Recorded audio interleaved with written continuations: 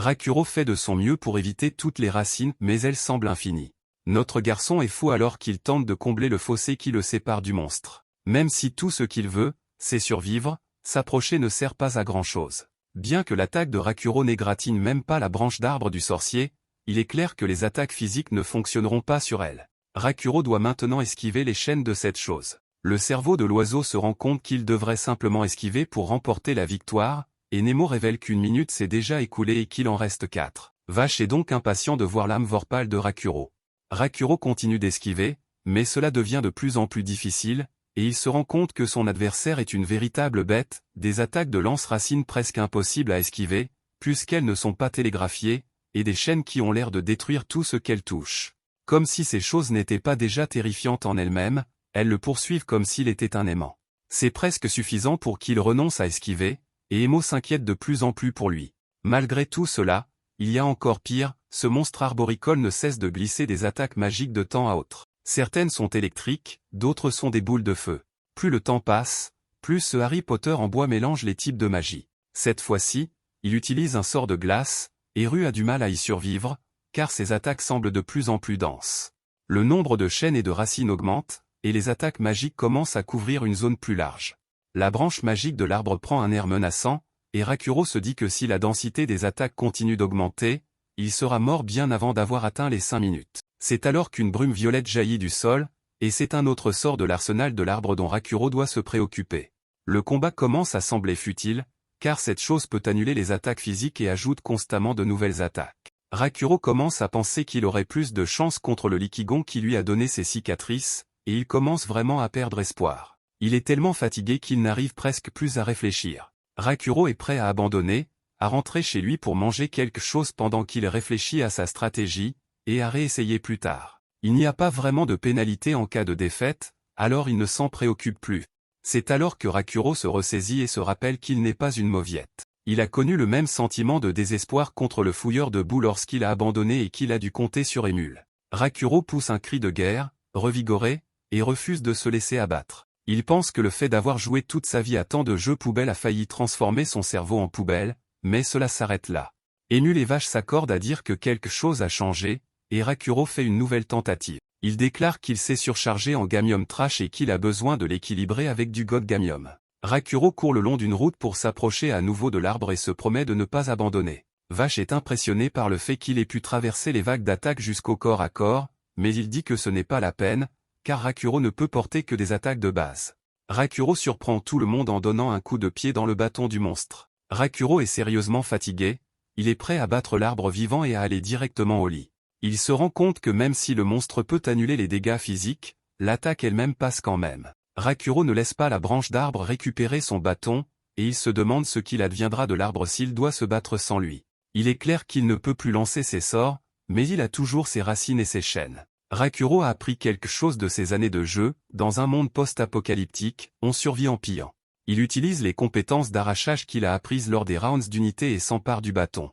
Vache et Émule sont tous deux impressionnés, mais il reste encore 2 minutes au chronomètre, et c'est le moment où Vache veut voir ce que Rakuro peut vraiment faire. L'arbre devient fou, et Rakuro se rend compte que la perte du bâton doit déclencher son mode berserk. Les attaques deviennent de plus en plus intenses, et Rakuro aurait aimé être prévenu.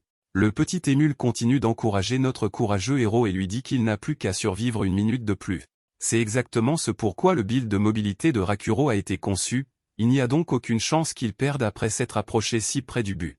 Cependant, l'une des chaînes finit par l'attraper, et comme il s'y attendait, elle applique plusieurs debuffs qu'il ne pourra pas esquiver, et le mage arbre se rapproche de lui. Rakuro envoie le bâton directement dans le ciel, ce qui pousse l'arbre à s'en emparer. L'arbre finit par le récupérer, mais Rakuro n'arrive pas à croire que c'est le monstre qui est allé le chercher. Rakuro se moque de ce monstre stupide, qui aurait gagné s'il avait continué à attaquer. Mais maintenant, le temps est écoulé, il l'appelle une tête de bloc de bois, mais il est choqué lorsque le monstre décide de continuer à attaquer. Rakuro s'enfuit pour sauver sa vie tout en soulignant que le combat devrait être terminé. Heureusement, Vache intervient dès que les 5 minutes sont écoulées et supprime complètement le monstre du jeu. Rakuro est le vainqueur, et Vache est vraiment impressionné par son âme vorpale. Rakuro n'arrive pas à croire que Vache l'a décimé et se demande comment il a pu l'attaquer physiquement. Vache explique qu'il ne peut annuler les attaques physiques que lorsqu'il a son bâton, et que sans son bâton, il n'est qu'un arbre animé. Émule arrive pour fêter l'événement, et Vache est ravi d'apprendre qu'il va recevoir sa récompense pour avoir accompli la quête. Vache le déclare lapin Usen honoraire, mais Rakuro pensait que la victoire serait accompagnée d'un objet rare ou quelque chose du genre. Vache enlève le collier Vorpal autour du cou de Rakuro, terminant ainsi officiellement le scénario unique, et les petits lapins s'en vont. Étonnamment, il y a un scénario unique bonus appelé Vorpal Epi. Cependant, Rakuro est juste contrarié de ne pas avoir obtenu un seul véritable butin et se déconnecte du jeu.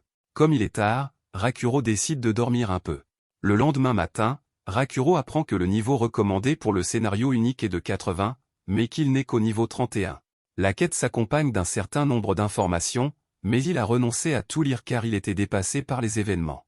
Il existe des clans entiers qui se consacrent à l'apprentissage de toute l'histoire du jeu, il serait donc très difficile pour lui de le faire seul. Rakuro décide de faire une pause dans son scénario unique. Il va plutôt visiter la ville et se diriger vers la prochaine zone. Emo a fini d'arroser ses plantes et est prête à aller de l'avant. Rakuro se rend compte que s'il sort avec l'apparence qu'il a, il sera certainement à nouveau assailli par les pkers et les chasseurs d'infos. Changer de couvre-chef ne suffira pas non plus, car sa ressemblance attirerait l'attention. Emule s'avère toujours aussi utile et lui recommande de couvrir l'ensemble de son corps. Il n'a aucune idée de la façon de procéder, mais elle connaît l'endroit idéal. Ils vont voir un petit lapin nommé Pet, qui est en fait le petit frère d'Emule. Il achète des marchandises et les vend à Rabituza, il vend aussi dans d'autres endroits, mais il doit se transformer en humain pour le faire, alors il ne le fait pas souvent. Le petit lapin le traite d'homme-oiseau, alors Rakuro prouve qu'il est un humain en retirant son masque. Emule est choqué qu'il ait retiré son masque un instant, car elle était persuadée qu'il avait une raison profonde et obscure de le garder en permanence.